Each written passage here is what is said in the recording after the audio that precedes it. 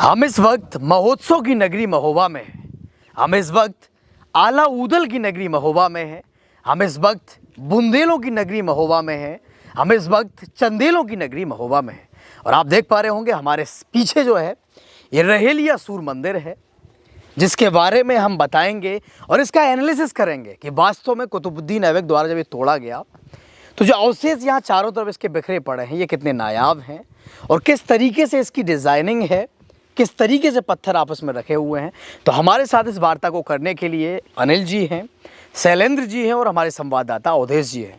तो हम इस सफ़र पर चलते हैं। हालांकि मंदिर हमारे पीछे ही है, सूर मंदिर है, रहेलिया सूर मंदिर है और जो कोणार्क सूर मंदिर है उससे पुराना ये सूर मंदिर है। बहुत सी खासियतें हैं। तो हम आगे चलते हैं और इंट्रोडक्शन इस मंदिर का लेते हैं अनिल जी से। हाँ अनिल जी, तो क्या कहानी है इस मंदिर की चलते चलते? इस मंदिर की कहानी, ये महोबा जिला है जी, बुंदेलखंड का।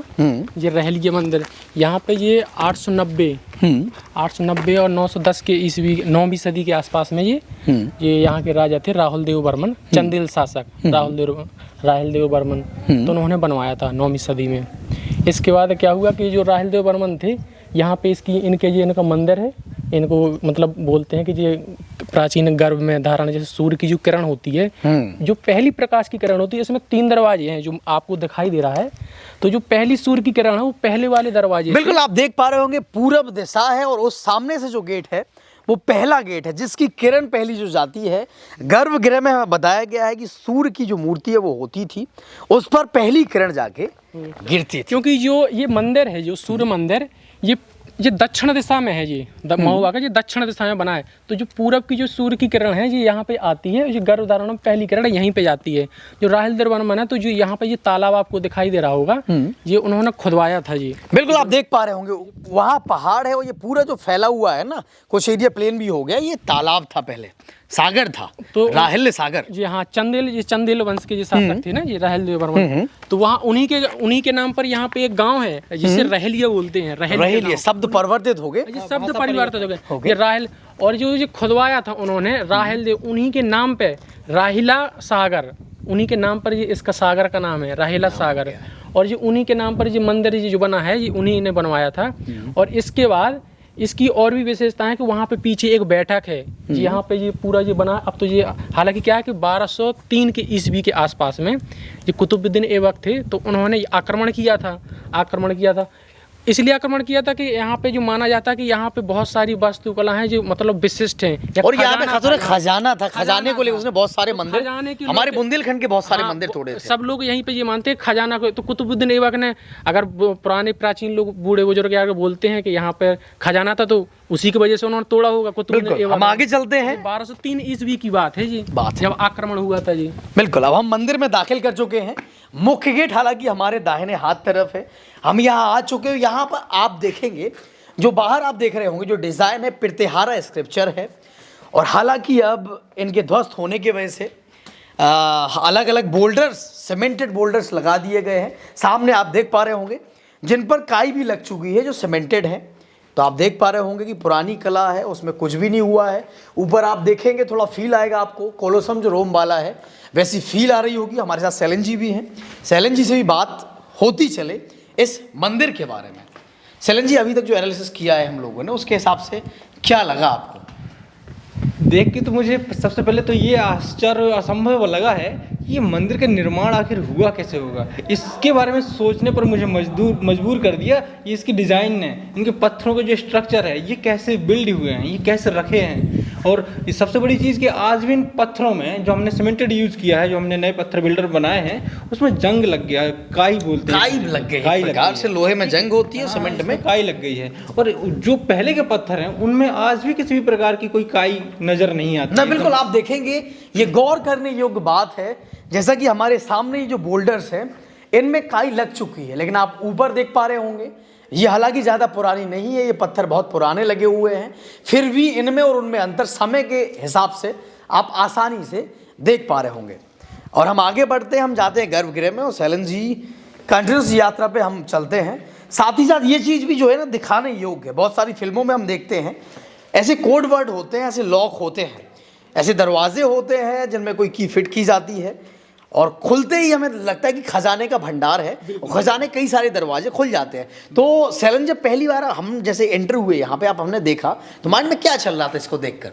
इसको देख के तो मुझे तो बस ये लगा है कि जैसे कि हमने इसके बारे में सुना है, मंदिर के बारे में, कि इसमें गर्भगृह है, ठीक है, और इसमें खजाना भी है। तो अगर खजाने के डायरेक्शन हम सोचते हैं, उसके रिगार्डिंग में सोचते हैं, तो हमें बस यही लगता है कि ये जो है, ये जो पत्थर है स्पेसिफिक, ये किसी प्रकार का दरवाजा है, दरवाजा है, एक ताला है जिसमें एक चाबी लगानी है, बिल्कुल, और एक खजाने का दरवाजा हमारे सामने। असल पे बहुत लोग यही मानते कि यहाँ पे पहले अंदर कोई जा नहीं सकता था, हो सकता है इसका ये लॉक हो, कोई अंदर और कुछ बना हो, क्योंकि ये लॉक है, यहाँ पे तो कोई गया है नहीं है, कुछ तो होगा यहाँ पे। क्योंकि यहाँ पे एक धारणा के अंदर कोई जो यहाँ पे अंदर अभी जाएंगे, यहाँ पे पहले कोई जाता ही नहीं था, सबको डर लगता था कि यहाँ भूत प्रीत है। और यहाँ एक बात और, जब हम लोगों की गार्ड से यहाँ जो है उनसे बात हो रही थी, गार्ड भी हैं, गाइड भी हैं, लोगों को थोड़ा बहुत जो जानकारी उन्हें वो बताते हैं, तो उन्होंने ये भी कहा है कि यहाँ लोग खोदने की कोशिश करते हैं, और उन्होंने ये बताया कि सीमेंट में लगा देता हूँ बाद में। तो ये मुझे लगता है ये उन्हीं के द्वारा लगाया गया सीमेंट है, असल पे जी लॉक, क्योंकि लोग खोदते हैं खजाने को लेकर। तो वही है ना जी, लॉक टाइप का है। अब कुछ ऐसी धारणा है, तो लोग जैसे मान के चलो सुन लिया,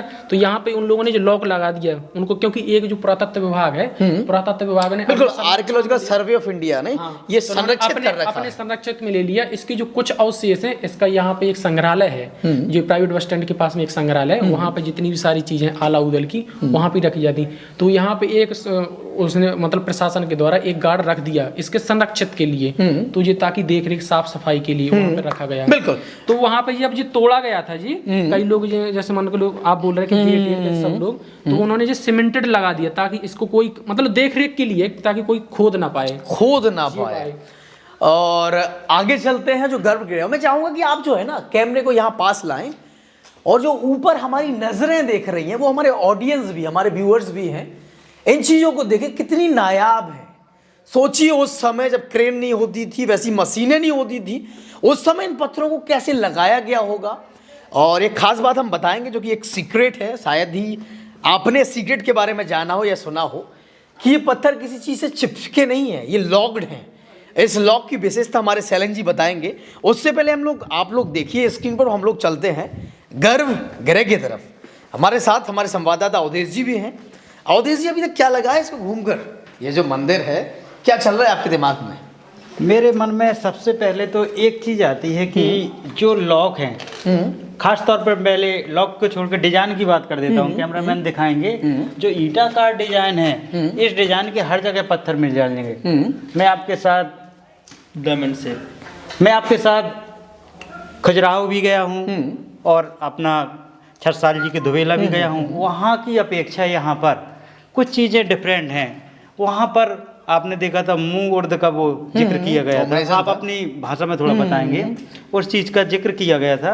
लेकिन यहाँ वो नहीं है, यहाँ अलग चीज़ है। यहाँ लॉक मेल और फीमेल लॉक, इसके बारे में सैलन जी से थोड़ा बिल्कुल चर्चा करेंगे। हम आगे बढ़ते हैं और आगे ये जो है गर्भगृह है उसके तरफ बढ़ते हैं। बीच में कुत्ता जो है रास्ता रोके खड़ा है, बैठा है, लेकिन शांति से हम निकलते हैं और आपको दिखाते हैं ये गर्भगृह है। और यहाँ पर हमें बताया गया है कि यहाँ पर सूर्य की जो रोशनी थी, किरण थी, वो पहली पड़ती थी। हालांकि यहाँ पर अब कोई मूर्ति नहीं है और यहाँ पर अंधेरा है। और ये गर्भगृह है जहाँ पर कभी अष्ट धातु की सूर्य की मूर्ति होती थी। हालांकि सूर्य मंदिर होते हैं वो एक प्रकार की पुराने लोगों की घड़ी होती थी जिसपे सूर्य की किरणें पड़ती थी और जितना वक्त होता था एक आपस में वो घड़ी 12 घंटों में एक बटी होती थी, जिससे लोग समय देखते थे बेसिकली सूर्य की किरणों को लेकर, क्योंकि उस समय घड़ी का इजाद नहीं हुआ था। तो ऐसा यहाँ पे भी था। हालांकि सूर्य मंदिर जो कोणार्क मंदिर है, कोणार्क सूर्य मंदिर है जो, तो वहाँ पर अभी भी ये चीज़ मिल जाती है, लोग ऑब्जर्व कर लेते हैं, इस वजह से उसकी खासियत है। वहाँ लाखों पर्यटक हर साल पहुँचते हैं। लेकिन महोबा का चूँकि ये हालांकि पुराना है, कोणार्क सूर्य मंदिर से पुराना मंदिर है, फिर भी यहाँ पर्यटक कम आ रहे हैं क्योंकि जीर्ण शीर्ण अवस्था में है। हम साथ चलते हैं, हमारे साथ सैलन जी भी हैं जो मेल फीमेल लॉक की बात हुई है। तो हमारे सैलन जी जिन्होंने बहुत एनालिसिस किया है साथ में मिलके, तो वो इस पे कायदे से बताएंगे, डिफाइन करेंगे कि आखिर मेल फीमेल लॉक की जो बात आती है वो कैसी है और ये मेल फीमेल लॉक है क्या, एक दूसरे के पूरक कैसे हैं ये पत्थर। ये सामने आप हमारे देखेंगे, ये बैठक है और जैसा कि पुराने लोग थे, अभी भी हम मानते हैं कि सूर्य जो है ऊर्जा का केंद्र है, भंडार है। तो पुराने लोग भी इसकी पूजा करते थे, अर्चना करते थे और सूर्य को एक बहुत बड़ा स्रोत मानते थे एनर्जी का। तो ये सामने जो आप देख रहे हैं ये बैठक है जो कि जीर्ण शीर्ण हो चुकी है और उस बैठक पर हम भी जाएंगे। लेकिन उससे पहले हम घूमते हैं इस मंदिर के चारों तरफ। तो नज़र करिएगा इन पत्थरों पर। हालांकि ये जो पत्थर आपको देखेंगे कुछ पुराने हैं, लेकिन कुछ इस तरफ पत्थर ऐसा लगता है जैसे लीप पोत दिए गए हों। और इस शानदार सूर्य मंदिर को ये कुछ भद्दा कर रहे हैं, कुछ फीका कर रहे हैं। हम थोड़ा ऊपर चढ़ते हैं, हमारे साथ शैलेंद्र जी भी हैं और आपको बताते हैं। जैसे ये पत्थर आप देखेंगे तो इन पत्थरों का कोई या सीमेंटेड या चूने से चिपके हुए नहीं हैं, ये आपस में लॉक्ड हैं। इन लॉकों को भी हम दिखाएंगे। उससे पहले आप ऑब्जर्व करिएगा कितने बड़े पत्थर हैं, किस तरीके से रखे हैं और किस तरीके से रखे गए होंगे।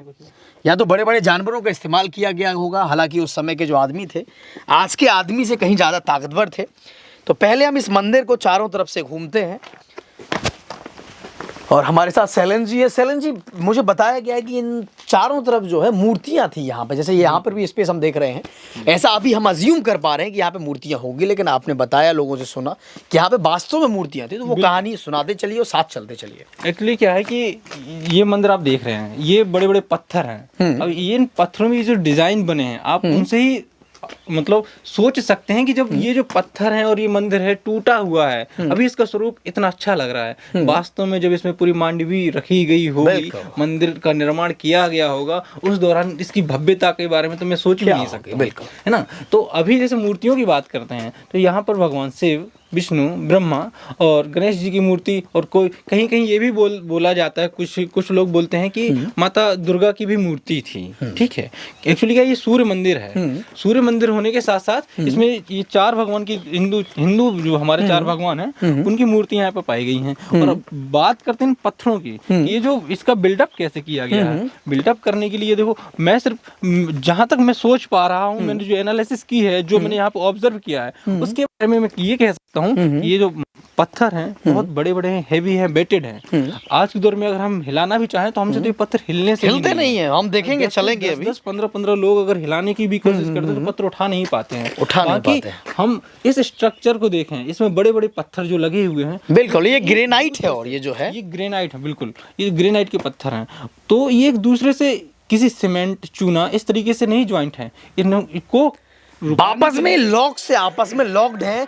और हम देखेंगे और चलेंगे कि आखिर ये कैसे लॉक्ड है। लॉक के बारे में जिक्र करेंगे हम। उससे पहले यहाँ पर आप देखिएगा, ये बिल्डिंग ऐसा लगती है, हालांकि धराशायी है, ये मंदिर धराशायी है और ऐसा लगता है इसको देख के आज कि गिरने ही वाला है।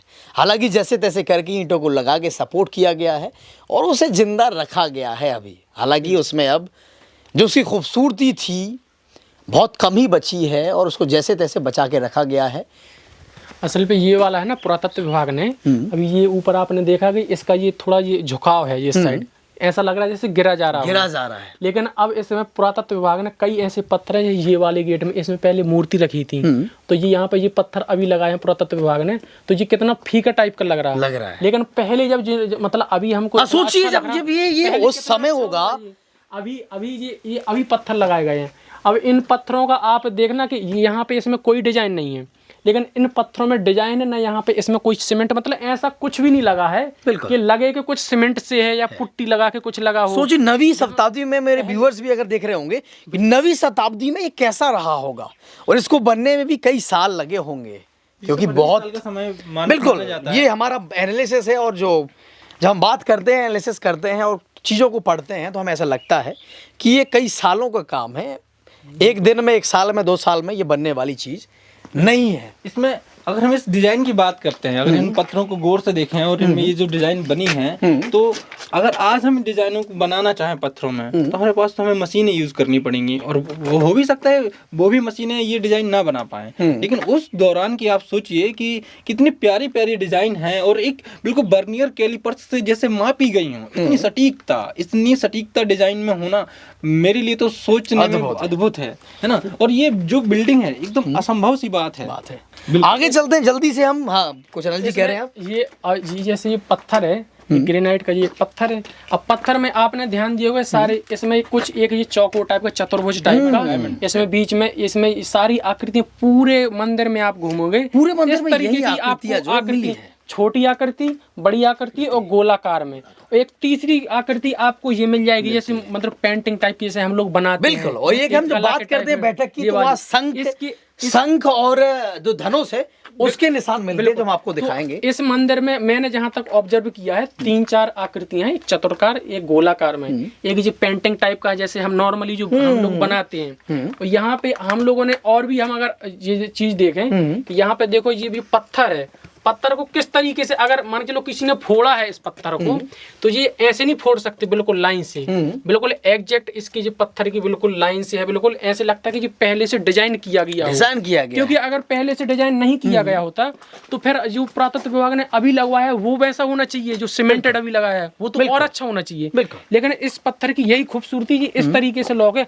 हर पत्थर में मुझे ये चीज दिखाई दी जैसे कुछ फंसा हो, बिल्कुल जैसे कोई लॉक। और अभी हम बिल्कुल जो लॉक की बात हमारी हो रही है अनिल जी से, तो चलिए हम दिखाते हैं उस लॉक के बारे में। जो अवशेष इसके गिरे हुए हैं, जो पत्थर गिरे हुए हैं, आखिर वो कैसे आपस में लॉक्ड हैं, कैसे रखे उसके बारे में। हाँ, तो यहाँ से जिक्र करते हैं हम लोग। शैलेंद्र जी, जो हमारा ऑब्जर्वेशन था, अभी आप देखिए यहाँ पे आपको कैसा लग रहा है। यहाँ पे ये जो पत्थर को काटा गया है, एक पत्थर होता है जो इसके ऊपर रखा होगा या ये जिसके नीचे रखा होगा, तो वो उसमें उभार होगा, वो यहाँ आएगा, एक साँचे की तरह फिट हो जाएगा। एक मेल हो गया, एक फीमेल हो गया, दोनों के पूरक हो गए, वो एक अच्छी सी जगह पे एडजस्ट हो गए, जो हिल भी नहीं सकते हैं। बिल्कुल। यहाँ पे जैसे पत्थर है, अब इस पत्थर को अगर हम देखेंगे तो ये वाला जो बाहरा हिस्सा है जी, इसमें बना है कुछ डिजाइन, तो इसका मतलब ये है कि ये पत्थर जो बाहरा हिस्सा है ये, और ये नीचे वाला इसमें ये पत्थर की हम बात कर रहे। और अगर ये बनाया ये पत्थर देखो, ये इसमें जो डिजाइन टाइप का है, ये ऐसे लग रहा है कि 3-4 इसमें लेयर है जी, फंसाने वाला है। अब इसका मतलब ये नीचे का पोर्शन है और ये बाहरी पोर्शन है, और ये ऐसे लग रहा है कि 2 खाना है, तो मतलब इसका ये तिकोना, मतलब अगर चौकोना में बन रहा है, ये तिकोना टाइप का है अंदर वाला है, तब तो ये बाहर का जी हिस्सा आएगा, और ये नीचे का हिस्सा आएगा, और ये ऊपर वाला है, और ये अंदर वाला हो गया जी। क्योंकि अगर कोई फोड़ता तो फिर ऊपर नीचे होती, क्योंकि इस पत्थर ये पुरातत्व विभाग का जो पत्थर है कोई अपने घर नहीं ले जा सकता, ना इसको फोड़ के कोई अपना घर मकान जुर्माना है 1 लाख रुपए तक का अगर कोई खुरापाती है यहाँ आता है, ये सब हरकतें करता है। फीमेल लोग की जो बात हुई थी उसको मैं भी आपको दिखाना चाहूंगा। एक्चुअली देखो, अगर कैमरामैन इस साइड आना चाहें एक बारी, ये जो इस तरीके का होल है, सिर्फ ये कि ये एक लोटा और आगे चलते हैं। एक होल ये हो गया, आप देख पा रहे होंगे, और भी हम होल जो एनालिसिस किया है होल्स का हमने, यहाँ देखिए ये होल्स है, डिजाइन साथ में रहना, ये होल है और ये पूरी डिजाइन है। बिल्कुल। और आगे बढ़ते हैं हम, ये आप देखते जाइएगा, ये सब जितने भी ये सब आप नोटिस करना, जितने भी पत्थर है उस पत्थर में एक डिजाइन ये तरीके की फंसाने वाली जरूर होगी, मिलती होगी। ये देखिए और भी बिल्कुल बिल्कुल देखते आइएगा। ये शैलेंद्र भाई अपने बता रहे जी लॉकिंग वाला, ये देखिए ये लॉकिंग है जी। व्यूवर को मैं ये दिखाना चाहूंगा और बताना चाहूंगा कि ये जो हॉल वाला लॉक है, ये इसको हम मेल फीमेल लॉक से नाम से जानते हैं। ये मेल और फीमेल लॉक है, इसमें एक पोर्शन गहरा होता है, दूसरा उभरा हुआ होता है, इस तरीके से एंटी लॉक बना लेते हैं। लेकिन ये एक और जो डिजाइन है, ये जो डिजाइन है ये पत्थर की, जब ये पत्थर एक के ऊपर एक रखा जाएगा तो इसको हम मेल फीमेल लॉक नहीं बोलते, हम इसको डिजाइन लॉक बोलते हैं। ये डिजाइन लॉक है, इस तरीके से पत्थरों को डिजाइन किया गया था। ये पूरा का पूरा डिजाइन लॉक है और ये मेल और फीमेल लॉक है, ठीक है। ये 2 लॉक की वजह से पूरी बिल्डिंग टिकी हुई है। बिल्कुल। हम आगे चलते पत्थर अवशेष है, और जैसा कि हमें हालांकि अभी पीडब्ल्यूडी के इंजीनियर है, उनसे बात हो रही थी, तो एक और वाकया पता चला है कि जो छतरपुर का खासतौर पे खजुराहो के जो मंदिर हैं, तो उनमें जो रखाव है या एडजस्टमेंट है पत्थरों का, वो इसी तरीके का है। और उनकी अगर ऊपर वाली कैप है, अगर उसको हटा दिया जाए तो पत्थरों का जो स्ट्रक्चर है पूरे पत्थर भरभरा के गिर जाएंगे और मंदिर भी धराशाही हो जाएगा। तो और आगे बढ़ते हैं हम और बात करते हैं उस गोल स्ट्रक्चर की जो मंदिर का ऊपर से ना है, तो उस तक हम पहुंचते हैं, उस तक पहुंचने की कोशिश करते हैं। और हालांकि आप देख रहे होंगे ये सभी इसी के अवशेष हैं जो गिरे हुए हैं। आज भी जितने भी अवशेष हैं आज भी ज्यों के त्यों ही पड़े हैं, किसी ने उठाए भी नहीं है उसको। बिल्कुल। और जो अभी जो गोल चक्र की आप बात कर रहे थे, कहाँ पे हमने देखा है, मुझे हाँ इस कोने में है, उस कोने में हम बात करते हैं। ये गोल चक्र का मुझे जहाँ तक मैं समझ पा रहा हूँ, इसका नाम क्या है, सूर्य मंदिर।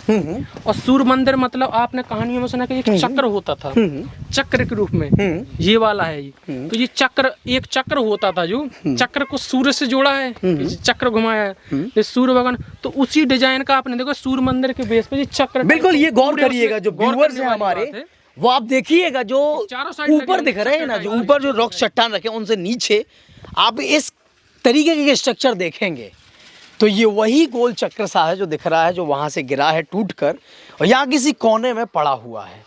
और इसमें क्या है कि ये जो गोल चक्र रखे हुए सूर्य की आकृति के 4 इसी प्रकार का शेप, इसकी जो टॉप फ्लोर है जिसको हम मांडवी बोलते हैं, मांडवी कहा जाता है इसको इस लैंग्वेज में। तो ये मांडवी यहीं से इसकी नींव रखी गई है, मांडवी की इन पत्थरों के ऊपर से, इसके ऊपर से पूरी मांडवी बनाई गई थी और वो इसका पूरा लॉक था, ऊपर से पूरा लॉक था। जैसे ही उस मांडवी को नुकसान पहुंचाया गया वैसे ही वो धराशायी पूरा मंदिर धराशायी होने लगा था और हो गया। कहने का मतलब ये जैसे कोई मंदिर होता है, मंदिर का एक शेप होता है, कोई शेप का एक स्ट्रक्चर होता है कि बहुत अच्छा दिखने में कैसे बना है। मंदिर का शेप ऐसे होता है, चारों साइड में ऊपर पतला जाता है। तो जब पहले लोगों ने जब राहुल देव वर्मा ने जब बनवाया होगा तो उसका एक बेहतरीन स्ट्रक्चर हिंदू धर्म में कैसा बनवाया जाए, आपने और कई सारे मंदिर, तो वही स्ट्रक्चर इन लोगों ने बिना उसके डिजाइन किया है।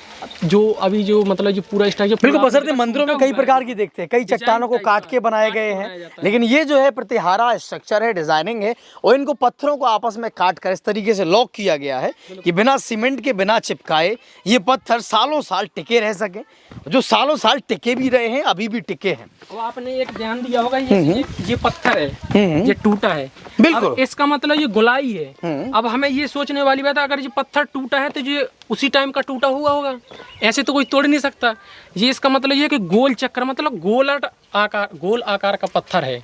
ये कहीं ऐसी जगह रखा होगा, हो सकता ऊपर रखा हो सकता नीचे रखा हो। बिल्कुल आगे चलते हैं। बिल्कुल एक आकृति हमें दिखी थी, उससे हमें ऐसा प्रतीत होता है जैसे ये कभी सिंहासन का जो पीछे हम पीठ टिकाते हैं वो हिस्सा रहा हो, तो उसके वो भी हम दिखाते हैं। वो हालांकि अब गुप्त दिख रही है, गायब दिख रही है हमें, लेकिन ऊपर चढ़ते हैं, ऊपर देख के बताते हैं।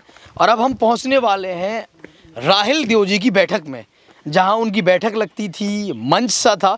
ये है वो, ऐसा प्रतीत होता है हमें, ऐसा लगता है इसे देखकर कि ये सिंहासन का जो बैठक का सिंहासन था उसका ये पिछला हिस्सा जब पीठ टिकती है, चेयर का जो टिकने वाला हिस्सा होता है, ये वो है ना। और साथ में ये जो गोल पत्थर पड़ा हुआ है वो चेयर के नीचे, हाँ, जो ये चेयर के नीचे वाला पत्थर ये वही और हिस्सा ये टिकने वाला हिस्सा है। और साथ में ये जो एक पत्थर और पड़ा हुआ है, ये चेयर का जो साइड हैंड वाले होते हैं, ये हम कह सकते हैं कि ये बैठक से जो तोड़ा गया था तो वो पूरा का पूरा चेयर वाला पोर्शन आके यहीं पे गिरा है। हम उसको कनेक्ट कर रहे हैं एक दूसरे से। बिल्कुल, ये हम लोगों का एनालिसिस है। कुछ ही घंटे में हमने जो ऑब्जर्व किया है वो चीज़ें आपके सामने दिखा रहे हैं। अब देखिए यहाँ से कितना खूबसूरत जो हिस्सा अभी भी साबित है, स्कल्पचर अभी साबित है, इसकी डिज़ाइनिंग जो है कितनी अट्रैक्टिव, कितनी बेहतर लग रही है। हम आगे बढ़ते हैं बैठक की तरफ, और मुझे ऐसा लगता है इस खूबसूरती को बखूबी आप भी देख रहे होंगे, एंजॉय कर रहे होंगे। तो हम लोग और आगे बढ़ते हैं, और ये है बैठक राहिल देव बर्मन की, जहाँ कभी वो बैठते थे, जो कि अब ध्वस्त हो चुकी है। मुझे ऐसा लगता है ये पत्थर बाद में लगाए गए हैं। ये राहिल देव बर्मन की ये बैठक है। अभी आपने देखा होगा कि यहाँ पे 2-4 गाड़ी अभी आई हैं घूमने के लिए। यहाँ पे लगभग हर साल 10 से 12 लाख लोग घूमने आते हैं। कोणार्क सूर्य मंदिर में ज़्यादा आते हैं क्योंकि वो नया बना है। और यहाँ पे एक प्राचीन परंपरा है कि यहाँ पे एक पूर्ण कार्तिक मास में मेला लगेगा, जिसे बुंदेलखंडी भाषा में मौन के रूप में हम चराते हैं कि पूरे दिन मौन रहेगा। और जितने बिल्कुल हमारे यहाँ बुंदेलखंड दीपावली में ये प्रथा है कि मौनिया होते हैं, लोग होते हैं तो जो मोर के पंख ले जाते हैं। मैं बता दूं आपको, मौन व्रत रखते हैं, इस वजह से उन्हें मौनिया कहते हैं, और ये प्रथा है हमारे यहाँ, एक पर्व है। तो यहाँ पे ये आपने देखा ना, इतने छोटे से एरिया में यहीं पे मेला लगता है मौन व्रत। जो आसपास के जितने गांव के लोग मौन व्रत रहते हैं, तो गांव के आसपास में एक मेला बोलते हैं, ये भगवान का कोई चबूतरा टाइप का, तो वो घेर के आना पड़ता है। यहाँ से 100 मीटर की दूरी में यहाँ पे देखेंगे एक स्नान घर है, राहुल देव बर्मन जी ने बनवाया था स्नान घर, जिसे और भी सूर्यकुंड नाम भी देते हैं, सूर्यकुंड नाम दिया है। यज्ञ भवन भी वहाँ पर है, जैसे हम आज भी जैसे कोई प्रसाद चढ़ाते हैं तो वहाँ पे यज्ञ होता है, स्नान भी होते हैं। और ये यहाँ पे हमने देखा कि ये बैठक है, यहाँ पे मुझे लगता है कि यहाँ पे बैठक का ये बिल्कुल, यहाँ बैठक की भी खासियत है कि जब यहाँ पर हम भी बैठते हैं, सिंहासन का हालांकि टूटा फूटा है, अब ये जब राजा यहाँ पर बैठता होगा, सूर्य उस तरफ से पूरब से आता होगा, तो सूरज की किरणें सीधे उसके चेहरे पर पड़ती होगी, मतलब एक जो एनर्जी सूर्य से निकली है वो सीधे वो ऑब्जर्व करता होगा। जो हिंदू परंपरा में है, हिंदू परंपरा में आपने देखा होगा कि कोई पूरब की तरह, पूरब दिशा में कोई पैर करके नहीं सोता है, और उसी तरीके से ये है कि कोई पीठ दिखा के कोई सूर्य की तरफ नहीं बैठेगा बैठक। तो इसका एक ये भी लॉजिक हो सकता है कि हम सूर्य के सामने हम बैठक करें, क्योंकि पीठ दिखा के तो यहाँ पे भाई यहाँ के आला उदल जो शासक थे, राहिल देव बर्मन शासक थे, वो तो वीर थे। यहाँ पे वीरों की भूमि बोलते हैं कि वीरों की भूमि महुआ में बुंदे, एक कहानी में बुंदेलो हर बोलों की मुख हमने सुनी कहानी, खूब लड़ी मर्दानी तो झांसी वाली नहीं, तो हम झांसी में पहुंच गए अभी। बुंदेलखंड का मतलब वीरता की बात हो रही है। आला उदल थे, महारानी लक्ष्मीबाई थी, बहुत सारे वीर हमारी बुंदेलखंड की धरती में उपजे हैं। तो ये उसी का ये एक ये है कि कुर्सी का यहाँ पे ये सिंहासन है, ये उनका बैठक रूप है। यहाँ पे आपने देखा सीढ़ियाँ हैं, सीढ़ियों के आसपास में यहाँ बिल्कुल सीढ़ियों की बात करते हैं हम। सीढ़ियों का स्ट्रक्चर जो है अभी भी साबित है, अभी भी यहाँ की डिजाइनिंग की बात कर रहा हूँ मैं। यहाँ आपको शंख भी दिखेगा, यहाँ आपको धनुष का आकार भी दिखेगा। इस पे नोटिस करने वाली बात है जो अभी भी साबित है। बिल्कुल हमने ये देखा कि ये शंख है, ये वाले आपको शंख दिखाई दे रहे हैं, क्योंकि ये देखो ओबियसली बात है, अगर राहिल देव बर्मन जी हिंदू धर्म परंपरा के आगे बढ़ा रहे थे तो उन्हीं के स्ट्रक्चर में उसी में बनेगा जी। तो ये शंख अंक है। अब ऐसा होता ना कि आपने देखा होगा रामायण पुराण में देखा होगा कि उसमें जब कुछ बनता है तो उसमें थाली लगा के हम पैर रखते हैं, पैर धुलवाते हैं। तो एक जी पैर रखने का एक वो होता है कि चढ़ते हैं तो जी पैर रखने की भी जगह हो सकती है भाई, हम तो एज्यूम करें, क्योंकि ये पूरा ये महल जो बना है, ये पूरा महल बना है जी बहुत ऊंचाई पे। जब भाई अभी इतनी ऊंचाई है तो आप समझ सकते हैं कि पहले कितनी ऊंचाई नहीं हुई, क्योंकि जो आसपास के जितने भी खेत हैं इसकी लगभग बहुत गहराई में अभी खेत दिखाई दे रहे। पहले और भी गहराई में खेत दिखाई देते हैं, क्योंकि ज्यों-ज्यों बारिश ज्यों-ज्यों मौसम बदलता है तो उसकी मिट्टी के कटाव के कारण और वो बढ़ता रहता है। तो एक जी है आसपास का जी सिंहासन है और जी राहिल देव बर्मन का जी यहाँ पे जी सामने आपको जो दिखाई दे रहा है। बिल्कुल सामने देख पा रहे होंगे आप, सामने सागर था कभी, राहिल सागर तालाब है लेकिन इसका नाम राहिल सागर था। सामने आर्कियोलॉजिकल डिपार्टमेंट द्वारा ही कुछ जो डिटेल्स है यहाँ की वो दर्ज की गई हैं। और अभी भी अब हालांकि ये पोखर सा हो गया है, बहुत ही छोटा तालाब हो गया है जिसमें अभी भी एक हल्की सी नाव जो है अब मैं तो ये हिचकोले ले रही है। अब मैं तो ये सोच रहा कि कुतुब एक बार मैंने 12 से 3 में जब आक्रमण किया था तो मुझे ये लगा कि किस चीज़ से आक्रमण किया था। आखिर जी इतने अवशेष आसपास में 500 मीटर की दूरी के आसपास, बिल्कुल ये भी सोचने वाली बात है पहली तो, क्योंकि आपने तालाबों के आसपास देखो वहाँ पे भी पड़ा कितनी दूर, आखिर कैसे फेंका होगा या गया कैसे है वो पत्थर। आसपास तो हमें समझ आता कि वो तोड़ दिया, लेकिन वहाँ उतने दूर या आसपास के जितने भी अवशेष हैं वो सुरक्षित हैं। कोई ज़्यादा विशिष्ट अवशेष है तो उसको संग्रहालय, जैसे मूर्ति वाली बात आई थी तो उसको ये यहाँ पे महुआ में एक छतरपुर रोड के पास में है, वहाँ पे पुरातत्व विभाग का एक संग्रहालय है सरकारी, तो वहाँ पे संरक्षित है जितनी अगर मूर्ति मिल गई हो टूटी फूटी जितनी वहाँ पे। लेकिन ये एक तोड़ फोड़ की जितने 500 मीटर के दायरे में जितने भी हैं आपको सारे अवशेष मिल जाएंगे, आज भी संरक्षित हैं। बिल्कुल अगर कोई इन लोगों को मतलब इन पत्थरों को अभी भी कोई ले जाए तो उसको सजा का भी प्रावधान है। आपने देखा होगा कि 129 ए के तहत शायद कुछ आइडिया नहीं, 1 लाख का 1 लाख का जुर्माना है, तो कोई ऐसे ले नहीं जाता। और खनन भी 100-200 मीटर के अंदर कोई खोद नहीं सकता, ये सब बातें हैं। बिल्कुल ये खनन का यहाँ पे है, तो यही और यहाँ पे 100 मीटर की दूरी पे यहीं से जी रिलेटेड जी हमारा सूर्य मंदिर हो गया और ये हमारा ये बैठक है राहुल देव बर्मन का। बेसिकली वही है कि सूर्य कुंड में जाके नहाना है, सूर्य के सामने बैठना है। हाँ सैलन जी कुछ कहने वाले हैं। व्यूअर्स को फिर से मैं वही लॉक सिस्टम बताना चाहूंगा। नहीं मुझे ऐसा लगता है कुछ पत्थर यहाँ पे ऐसे भी हैं जो बाद में लगाए गए हैं, लेकिन कुछ पत्थर ऐसे हैं। सिर्फ इन 2 पत्थरों की मैं बात कर लेता हूँ, तो अगर हम इन दोनों पत्थरों को एक साथ रखते हैं तो आप ये लॉक और ये वाला लॉक देखेंगे ये दोनों एक साथ ही ज्वाइंट हो रहे हैं। और इसके साइड में जब दूसरा पत्थर इधर रखा जाएगा तब ये इस तरीके से, तो कहने का मतलब ये कि पूरी की पूरी बिल्डिंग यहाँ पे इसी लॉक से खड़ी की गई है और ये मेरा मानना है कि 99% सत्य है। अच्छा, टूटने के बाद कितनी हाइट रही होगी सैलन जी इस मंदिर की? अभी हाइट उधर टूटने के बाद का हाइट कम दिखाई दे रही है, अंदाजा क्या रहा होगा? मैं बताना चाहूँगा अंदाजा। अभी हम अगर कैमरा में हम देख रहे हैं, हम इस मंदिर को देख पा रहे हैं, तो अभी इसकी जितनी इसकी अभी हाइट है इतनी कम से कम इतनी हाइट और ऊपर रही होगी इसके, तभी ये अपनी पूरी हाइट को रिकवर कर पाएगा। क्योंकि बहुत ज्यादा अवशेष फैले हुए हैं। सैलन भाई ने बताया कि इसकी ऊंचाई हो सकता है इसकी नीचाई भी तो होगी। बिल्कुल जैसा कि अभी बात कर रहे थे हम, इससे ज्यादा इसकी तो नीचाई पीडब्ल्यूडी के इंजीनियर भी जो इन्होंने एलएसएस किया तो उनका भी यही कहना था कि कोई बिल्डिंग अगर ऊंची जाती है, ऊंचाई उसकी होती है तो उतना नीचे भी बेस भी मजबूत होता है।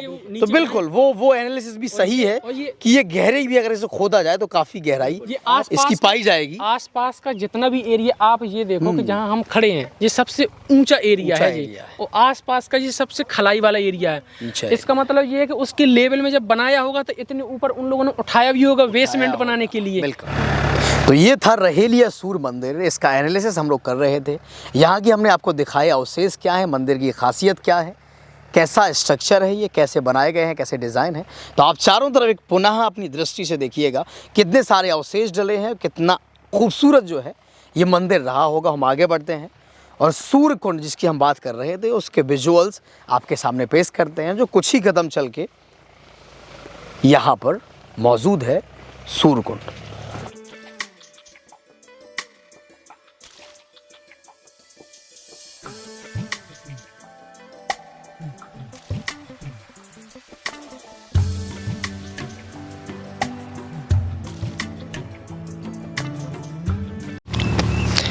तो ये रहेलिया सूर्य मंदिर था और हमारे जो बाएं साइड बैठे हैं मिथिला के निवासी हैं और डीयू से पढ़े लिखे हैं, तो मतलब जो जानकारी उन्होंने दी है, एनालिसिस किया है, उस पर आप भरोसा कर सकते हैं। हमारे दाहिने हाथ तरफ बैठे हैं जो वो सैलन जी हैं, वो श्रीनगर के निवासी हैं और हाँ बीटेक चाय वाला के नाम से इनकी एक शॉप है, जैसे MBA चाय वाला सुना होगा, तो उससे भी रूबरू करवाएंगे और इनकी जो कहानी पंक्तियाँ अच्छा लिखते हैं तो वो भी आप तक पहुंचाएंगे। तो बताया हमने कि अनिल जी थे, शैलेंद्र जी थे, मिथिला के पास के निवासी हैं और श्रीनगर के निवासी, और हमारे संवाददाता अवधेश जी थे। तो आप बताइए कि यहाँ का एनालिसिस आपका कैसा लगा, रहीलिया सूर मंदिर कैसा लगा, और अगर आपको ये कंटेंट अच्छा लगता है, रहीलिया सूर मंदिर की जानकारी जो हमने आप तक पहुँचाई वो अच्छी लगती है, तो आप अपनों तक शेयर करिएगा और कमेंट करके हमें बताइएगा कि कौन सा पहलू यहाँ का अच्छा लगा है।